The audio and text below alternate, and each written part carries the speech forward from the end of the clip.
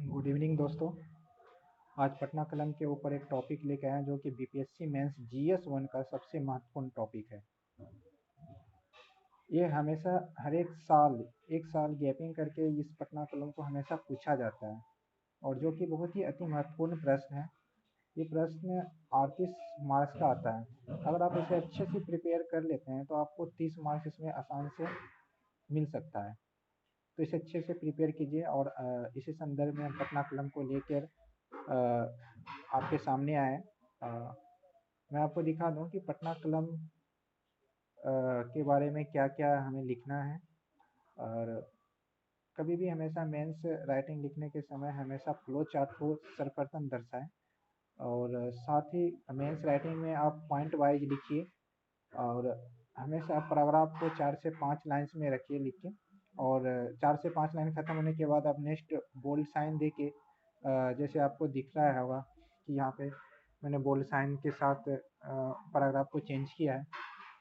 इसी तरह आप रखें तो जो एग्जामिनर होता है उनका एक अलग फोकस पड़ता है आपके आंसर पे। तो आइए हम शुरू करते हैं। पटना कलम को हम कुछ भागों में विभाजित कर लेते हैं ताकि जो एग्जामिनर होता है उनको लगे देखने में कि हाँ वो क्या लिखने जा रहा है इसके अंदर।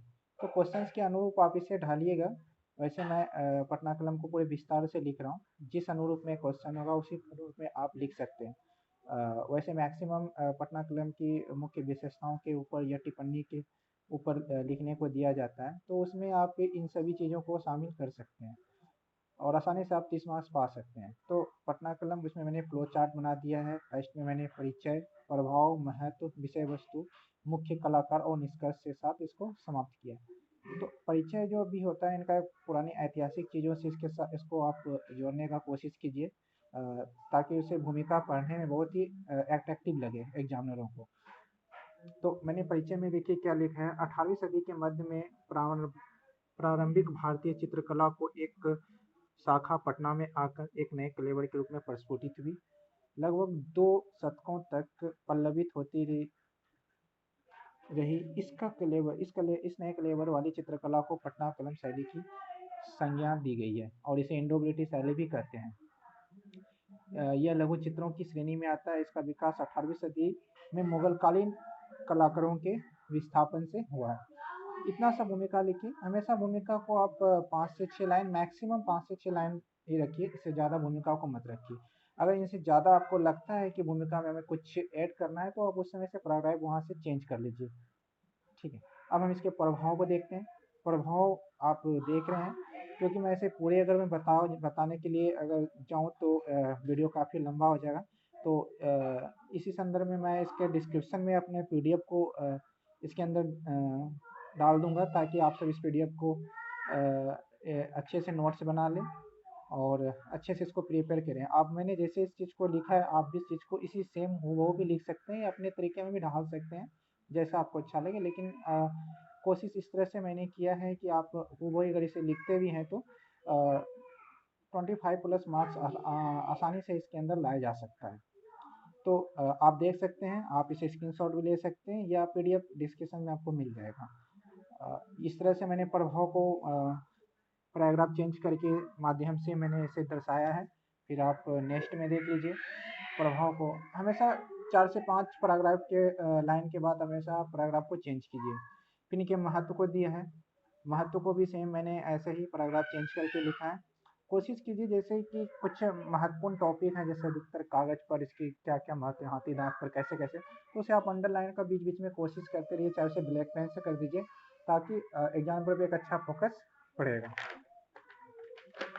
नेक्स्ट हम आते हैं, आपको दिखाते हैं इसके पटना कलम शैली करके और उसके बीच में जब अगर इम्पोर्टेंट टॉपिक्स के ऊपर अगर आप वन लाइनर टॉपिक्स डाल देंगे वन साइड से तो एक और अच्छा फोकस है कि अब विशेषताएं बीच में आ जाती है कि किसके द्वारा क्या क्या उस टाइम पे किस कवि के द्वारा पटना कलम शैली में क्या क्या चित्र बनाया जाता है। तो वो एक आप वन लाइन टाइप का डाल देंगे पैराग्राफ चेंज करके तो बहुत ही अच्छा बेहतर देखने में मिलेगा और एग्जामिनर को पढ़ने में स्पष्ट रूप से पता चलेगा।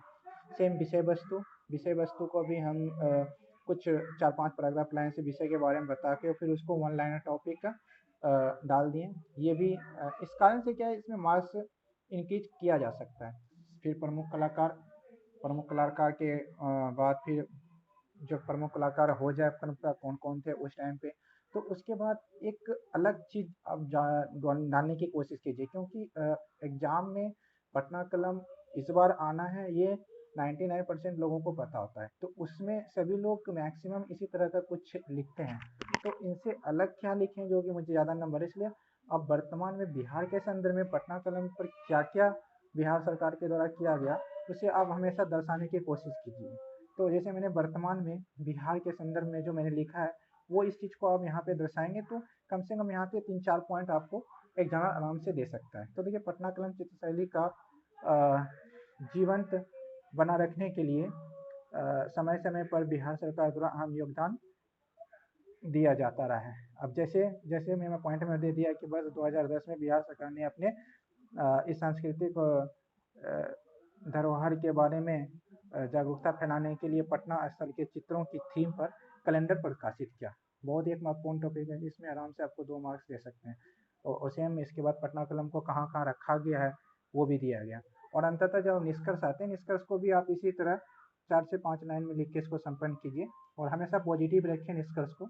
इस प्रकार पटना कलिंग में एक लोक कला थी जिसमें प्राकृतिक रूपों का विशेष ध्यान रखा गया है। धन एवं आश्रय की अभाव के कारण इसका पतन हो गया, किंतु इसके चित्रों की महत्ता आज भी है। साथ ही बिहार के गौरवशाली परंपरा का यह अनुभव अमूल्य धरोहर है। तो इस तरह से आप इसको यहाँ पर समाप्ति इस तरह से दे सकते हैं। तो आप देखिए कि लगभग 500 शब्दों में आप इनसे पूछा जाता है, तो आप इनको देखिए, इन्हें देख लीजिए और इन्हें इस तरह से आप लिख सकते हैं। क्या तो इसमें मेंस में अगर आप फ्लो चार्ट को भी दर्शा दिए, उसके बाद पैराग्राफ चेंज करके दर्शा दिए, वन लाइनर को भी एक अच्छे से मतलब एरो के चिन्ह के साथ दिखा दिए, तो इससे अच्छा मार्क्स लाने की संभावना हो जाती है। तो आप इनके पीडीएफ आप डिस्क्रिप्शन में आपको मिल जाएगा और उम्मीद करता हूँ कि ये आपके लिए बहुत ही लाभदायक साबित होगा। ऐसे ही और भी मैं बीपीएससी GS1 और GS2 और साथ हिस्ट्री ऑप्शनल का भी मैं वीडियो लेके आऊँगा। तो आप सब इस चैनल को सब्सक्राइब करें, शेयर करें और लाइक करें। थैंक यू, धन्यवाद।